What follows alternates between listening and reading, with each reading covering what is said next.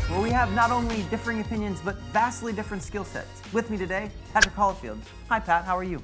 Hey, how's it going, Mr. CJ? Yes, my new co-host here today. I'm glad to have you on here with me. It's going to be a fantastic show. I can already feel it. It is, and we have a lot of exciting topics today. We're going to talk some Counter-Strike, a little bit of Call of Duty, then we're going to visit the Annihilator Cup, and then we'll have our favorite segment, Buy or Sell, with you today. Okay, let's jump into the first one.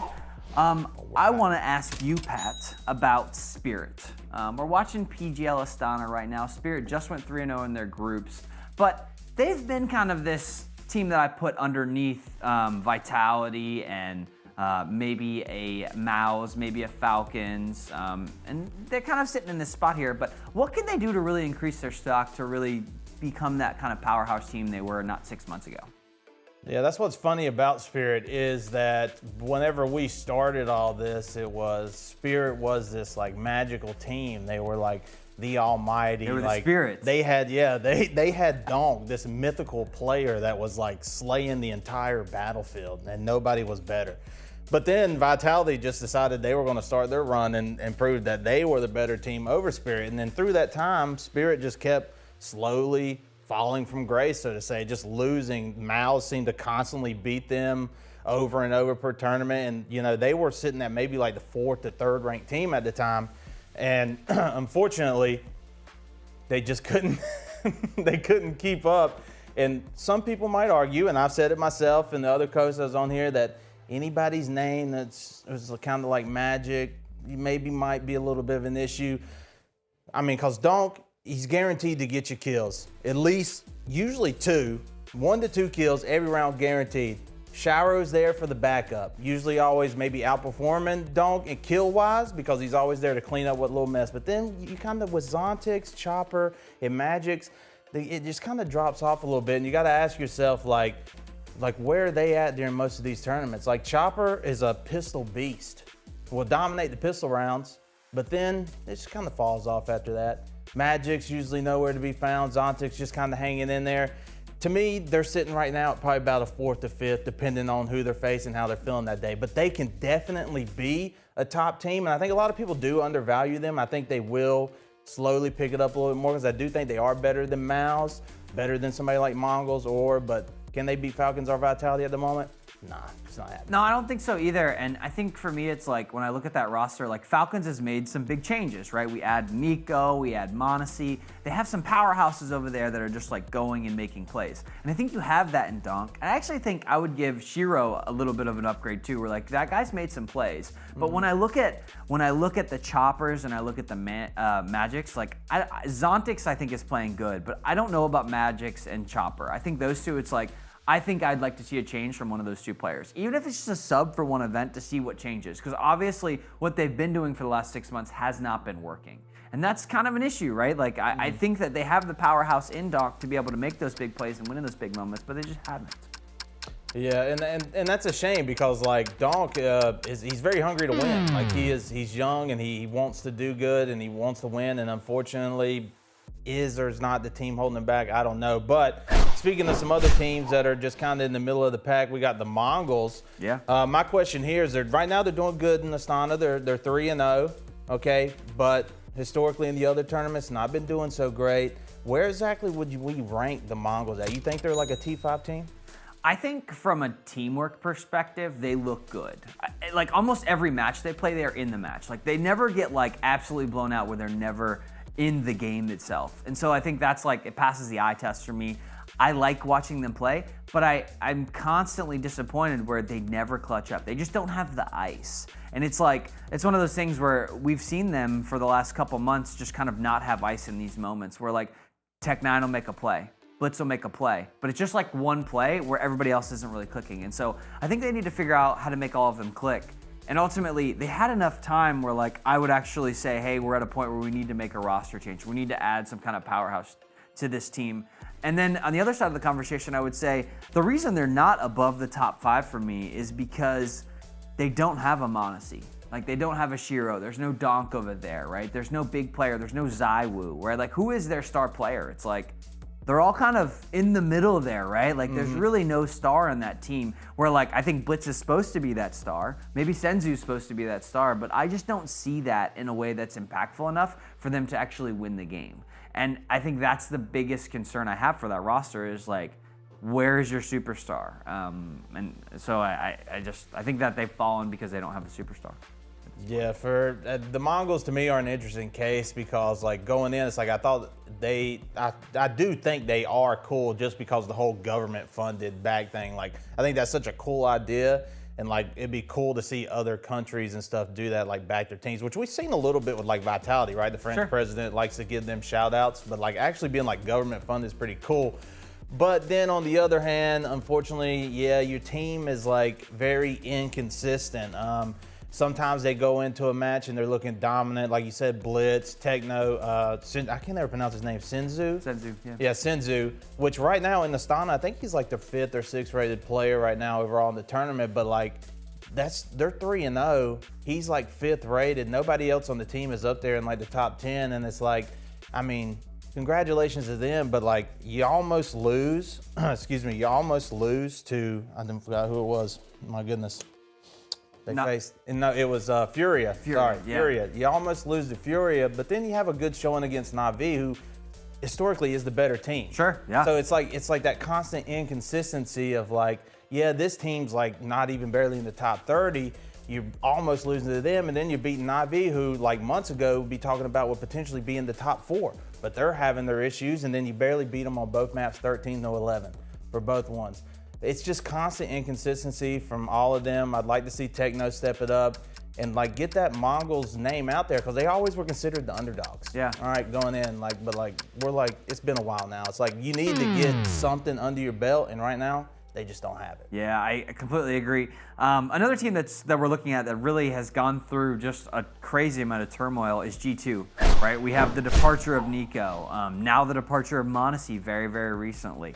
They've added Taz to their roster. They picked up Hades, and now there's rumors that they might be looking at Stewie2K to add him to the roster. And it's like, it's this very mishmash of like that org has definitely gone through the pains, and they really have not come out on the other side in a good way that they are a top performing team, because I think they were at one point.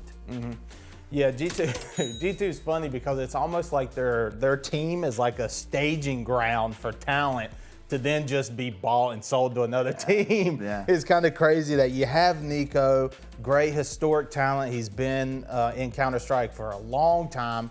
He's on your team doing great, boom, he's gone.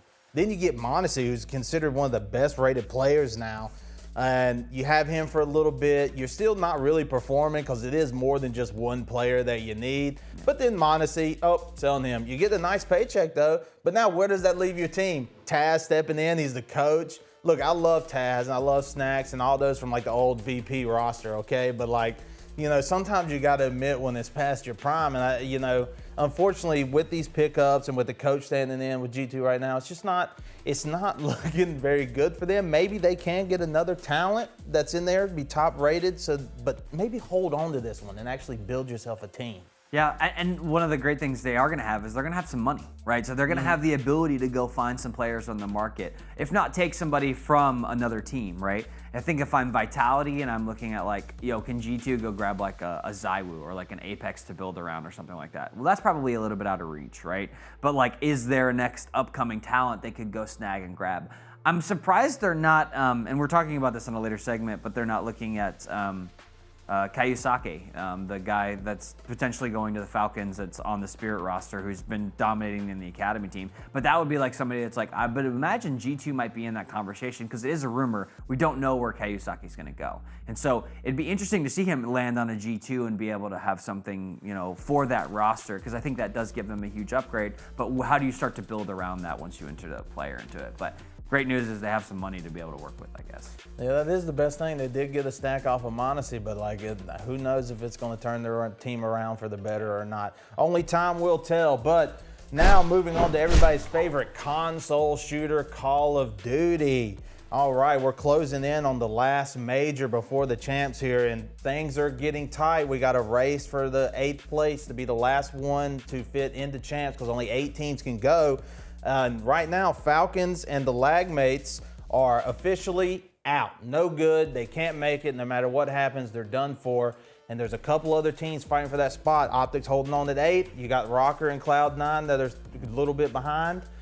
I mean, basically, how are we feeling right now about is the Rocker stand a chance? Does Cloud9 stand a chance? Is Optic choke? Yeah. I mean, what's going on with Well, Optic's it's kind of sitting in that 8 seed right now, and so ultimately it's like can C9 and Rocker have a big major 4, right? The next 2 weeks they need to win out, and then Optic probably needs to lose a couple of those too. It's probably not all in their hands. And what we've seen from the Rocker is that they've been to a lot of Game 5 round 11s. And they haven't won them. They probably missed out on 40 points on those alone. Yeah. And so I think if they're able to clutch up in those moments, they're in this conversation a little bit more. But I haven't seen the ice from Rocker. I do love Kenny. I think he's a good player. I think that he had a terrible situation in Optic, but he's still phenomenal in a lot of ways. And I think that Kenny can make a difference, but he hasn't yet. And in some ways, like, I understand why. Like, you got thrown to the Wolves on the end of a season with some players you didn't really know, and you're just trying to vibe through it in a lot of ways, right?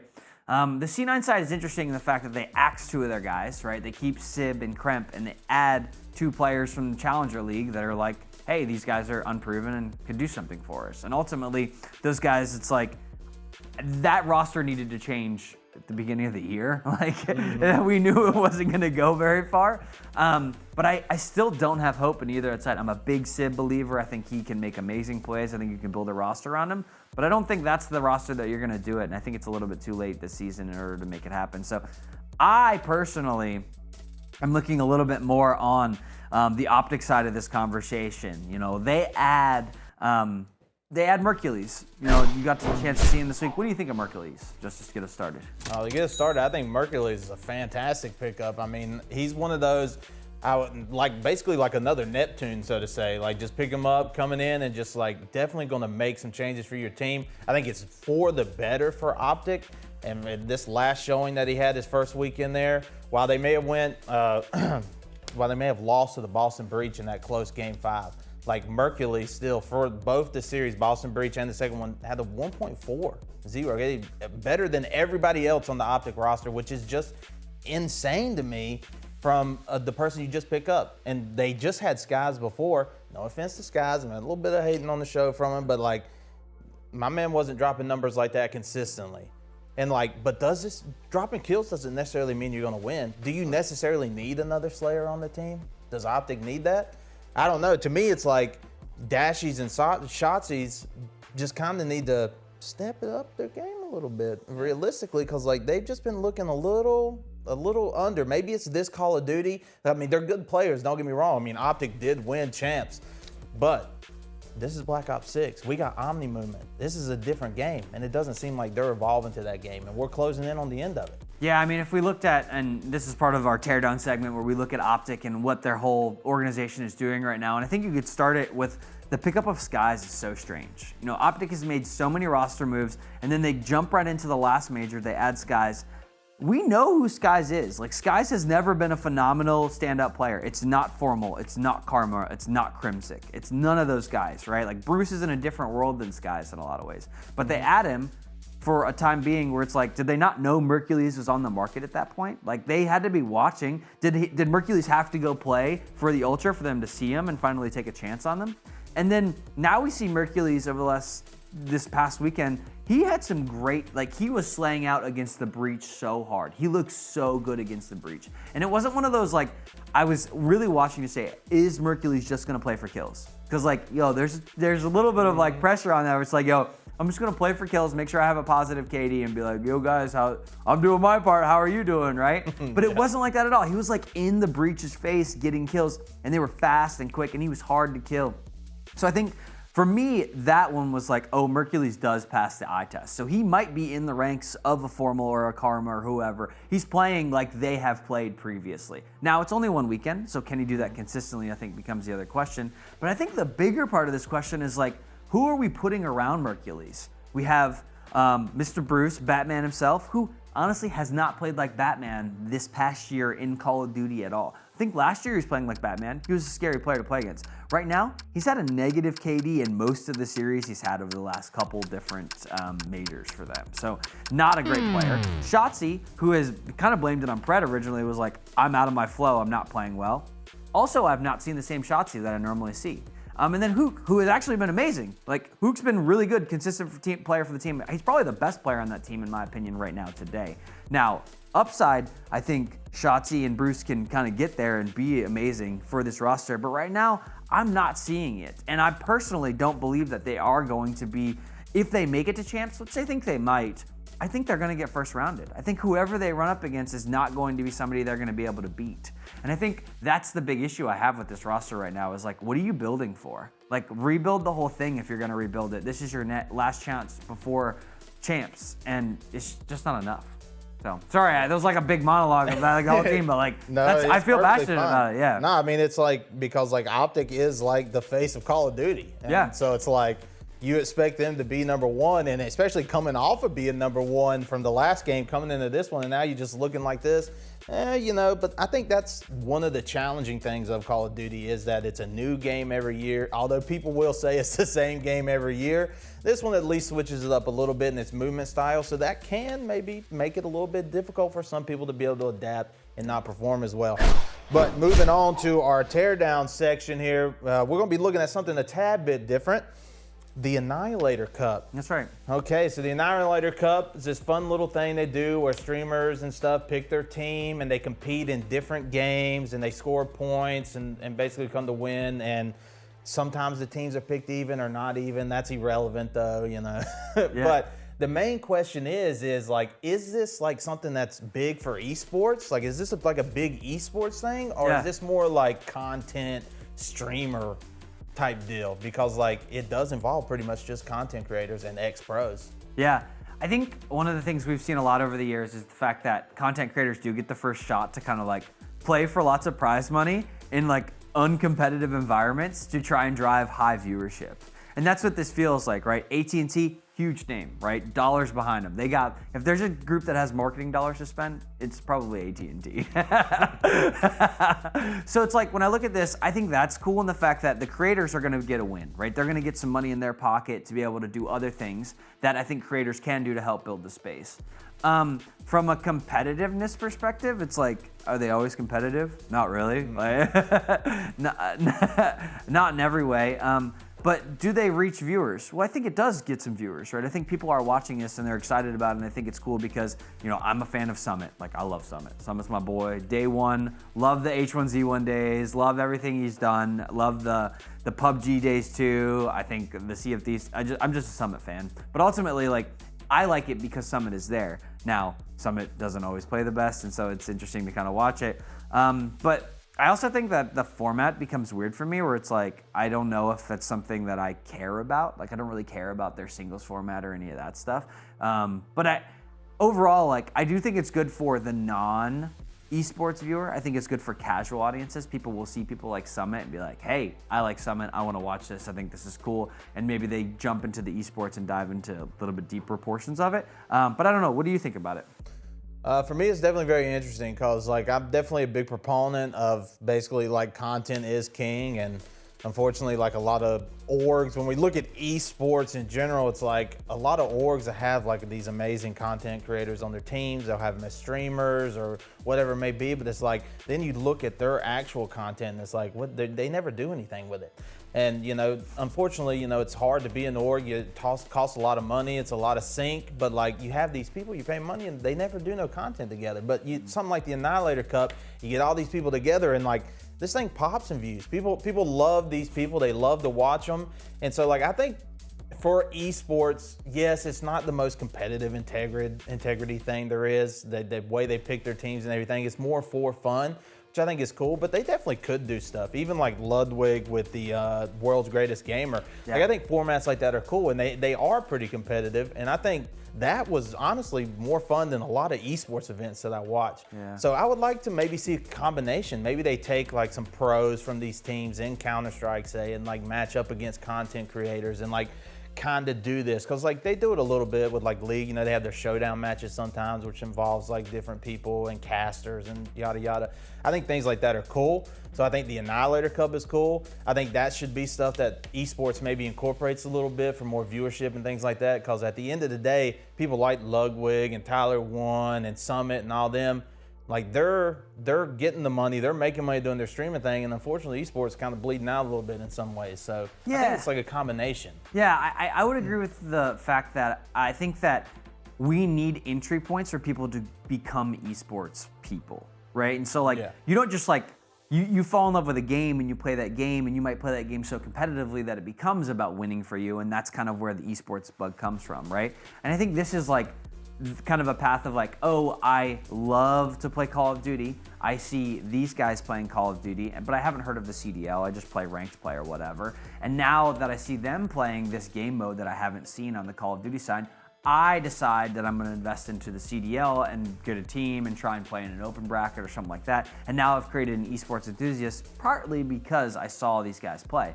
because I'm a fan of Summit or whoever. And I think that's that's a good thing about it. But I do think it is casual and a lot of times in nature, right? Like it is fun to watch Scump, you know, kill 10s and Counter-Strike, and I think that's cool in a clippable moment and viral, but it's not necessarily esports at its core, right? I think that there's a little bit of the pieces kind of missing on how do we create, you know, a team and a format, and you know, it's very high pressure but because it's a little bit more silly and fun. Excuse me. Yeah, I mean, like I said, there is no competitive integrity there, so to say. It is all for fun, and like that's like my whole component for like they need to be like mixed together, because it's like esports viewership in a lot of games is going down. Yeah. There's usually only like one that rises above. But how do we solve this? Like you can throw fancy artists up there and have concerts and like cool graphics and all this, but like at the end of the day, is that what's drawing in consumers to watch your product or whatever? No, that's why I'm also a big component like the co-streaming. Like people like Scump that co-stream the CDL, and like Tarek with like the VCT. Like it's a big argument of like, is this bad or is this good? And it's like, I think it's just something that they should implement. Esports should like bring this all together in some way, put Scump into the CDL broadcast some way to like get those, are all the viewers of his gonna come watch it just because he goes over there? Maybe not. But that's how I feel about this Annihilator Cup, is like, is that there's a way we can like turn this into ways to draw those viewerships into esports viewership, so that way we can bump up those numbers and keep this industry going. Yeah, I agree. Absolutely. Well, let's jump into the next one, yeah? Oh, yes, our favorite section, buy or sell. Sell.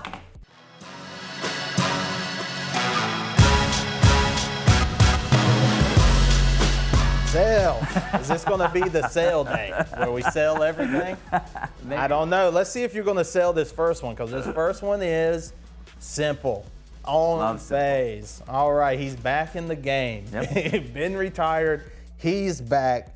We buy or sell Simple here on the FaZe. How's it looking? Looking good? Looking bad? I am a huge Simple fan. I love his personality. I love the moments he's had. I don't know if he's going to do a lot for this FaZe roster, but I am going to buy this. I think it's awesome that he's coming back and being able to play for 2 events with these guys. I think it'll be I think it will be a major upgrade to FaZe. I think we might see a good FaZe that can actually compete, maybe a top 6 FaZe, if Simple is able to carry them through. We'll see. What about you? I think I'll buy. You're gonna buy it. I think I'll buy it. Double buy. I have my problems with Simple, and it might be a little past his prime. And I always talk about like I think Zai was passing and whatnot, but I think it will be great to see that matchup. That would be awesome. I think it does help the FaZe roster a little bit. It's not going to make them any top team by no means, but they might maybe do maybe a 6th or 7th. We'll see. How's that sound? I don't know, 6 or 7. We'll see. I'm excited to watch him play. The next on the docket is Overwatch 2. They announced their next competitive season. Overwatch 2 previously had kind of taken a step back, said, hey, we don't know if we're going to continue doing this, and now they're kind of jumping back into it, starting up that pro league again. What do you think about that? Sale. It's no secret, I was not a fan of the Overwatch League. The whole franchising, 23 million, Bobby Kotick getting his buddies to buy it, it was all bad. Now, maybe this one's good. I don't know, but like just based off of history and how Overwatch plays and how it is from a viewership perspective, it's not fun. Not fun at all. Huge sell. Yeah, I don't like watching this game. I don't like playing this game anymore. I'm not interested in it. I think there are people that are excited about it, and I think I'm excited for those folks, but it's not for me. I sell this every day of the week. Go find a new game to play, a better game. Sorry. Very sad. All right, well, let's see how you feel about this next game. The world's most popular video game in existence ever, passes Mario, Fortnite. All right, everybody's favorite, Fortnite. Sell. Fortnite event, duos. Sell. Just sell. Put it up there, sell it. That's a sell. Or what's your reasoning for the sale, please, sir? I just Fortnite is not a competitive esport. It's not fun to watch. I don't think the players even have a good time playing it. I think they just play it for the prize money. Building is not cool. Nothing about this is exciting for me. It doesn't check any of the esports boxes for me. So sell. Go ahead, Pat. Look, I'm a sell also, okay? But I'm not selling because like Fortnite's a bad game. I think Fortnite's a great game. It's very fun, and building is cool. I think it's one of the cooler mechanics out of a game that we've seen in a while. Okay, it definitely takes a lot of skill, but the same with most VRs. It's not fun to watch on a competitive level. It's boring. Get it out. Sell. Sell. We're both sold. All right. So the next one on the docket is we're seeing a new season of Warzone got released. But Warzone has had some issues right now. We're dealing with hackers, as we always have been. We're dealing with just general BM, all kinds of crazy glitches, crazy things that are happening with vehicles, all of these pieces. So buying or selling the current state of Warzone, Pat? I think this is why I had to buy the first one, because this is a sale. Again, the triple sell streak goes forth. Look, Warzone, when it first came out, great game. I enjoyed it. It was fun. It was better than their previous iteration that they'd done with Black Ops 4. I think Blackout was what it was called. It was better than that, but like, yeah, it's cheaters galore on there. People like to give me crap for playing Tarkov because there's supposedly so many cheaters, but like, let's be real, dude. Compared to Warzone, nah, there's no cheaters in Tarkov. It's like, and they just keep bringing back Verdansk. Like, it's just this constant like nostalgic drive they're trying to do to like bring people in. That's how you know it's past their prime. Yeah, I think for me, this is also a sell. I actually think Warzone might be one of the reasons that we're seeing a decline in Call of Duty. I mean, I say decline in Call of Duty. They're still selling more games, but I think the competitive integrity of the CDL and that game compared to Warzone, it's like, I think Warzone is the reason that the CDL is in a weird spot, is because all these different resources get pushed this direction, and they're trying to build a game on top of a game because it has to be able to facilitate Warzone and Call of Duty. All that stuff together, I think, has ruined the CDL experience, and that's where my heart is the CDL experience. So I would have to sell Warzone in order to try and get the CDL back in a spot where we can enjoy it. Cut it down. Cut it off. All right, all right. Maybe we can get some buys in here. Let's go. Moving on. Borderlands. Let's go. Rumored price tag. Not looking good. Looks like we're jumping on that Microsoft train, and Nintendo looking at like an $80, maybe $90. Depends on the edition. Yep. I mean, I gotta know. Are you buying or selling an $80 game? So I Borderlands specifically. I do think you have to. Okay, so let's just put it in the Borderlands bucket. I actually am okay with purchasing video games. I don't think. I like buying them too. Yeah, yeah. Well, not everything has to be free to play in order to scratch the itch for me. If it's a good enough game, I'm willing to buy it. Borderlands has the name. It's just, does the game, come with it based off of everything we've seen? And they have such a cool story. They have such a cool environment. There's so many cool guns and all the things. I would definitely pay $80 or $90 to buy this game. Totally. I don't think everybody would. I would do that. Now, the fact that Game Pass exists is easy for, say, hey, buy Game Pass. So that's probably the sell on the back of the side of this. So I'm going to buy it. I'm cool with people pushing to Game Pass and all the things going on with it. I'm cool with the price tag. Doesn't matter to me. Go ahead. Quad sale, baby. Sale. $80, dude. Did you not remember Borderlands 3 and Tiny Tina's Wonderland? Oh, yeah. Garbage. And you gonna come out the gate with this one and supposedly it's gonna be $80? I'm supposed to pay $20 more than the trash that you tried to sell me last time? Get real, dude. They've been saying they're doing some great things with the games that I like to hear, like decrease in rarity that you get, because that was a big problem with Borderlands 3 is you got a legendary every 2 seconds. Nobody cares, man. So now it looks like they're dropping back. So $80? Nah, I think I'll pick it up on the sale. There you go. We got the first one where we disagree. Okay, next one. There was a refund bug in PGL. Player Wood7 from ODDIK.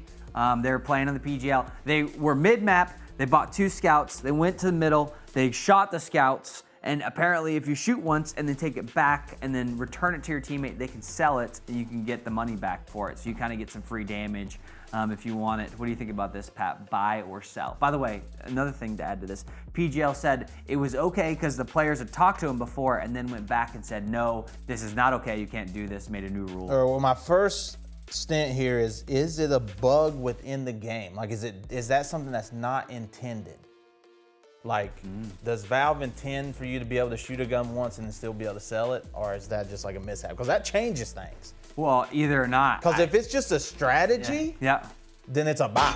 Yeah. Because like, yeah, sure, now the host, the organizers, they can tell you, no, you can't do that. And that's perfectly fine after the fact. But just like coming up with something new, we've seen this before in a similar way with like Olaf Meister and Fnatic on the overpass. Triple boost, baby. Yeah, it's like, and then there was that whole debacle about is this fair or not, whatever, and then they ended up like redoing the match or dropping out. I think it dropped out actually. Yeah.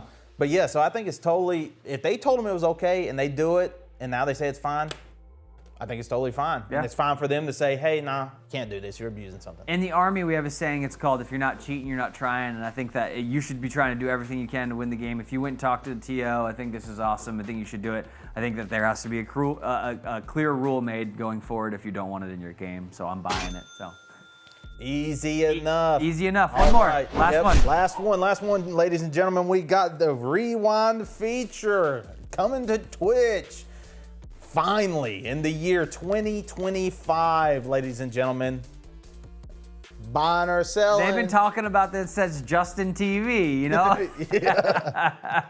I'm buying. I think this is cool. I think Twitch has needed this for a long time. I think VOD storage is something Twitch has struggled with immensely because there's so much data you have to be able to store. That's why YouTube kind of wins that game. But I think a rewind feature on Twitch is cool. I think Twitch is a cooler place to watch live streams more than YouTube is, where YouTube's kind of the VOD world.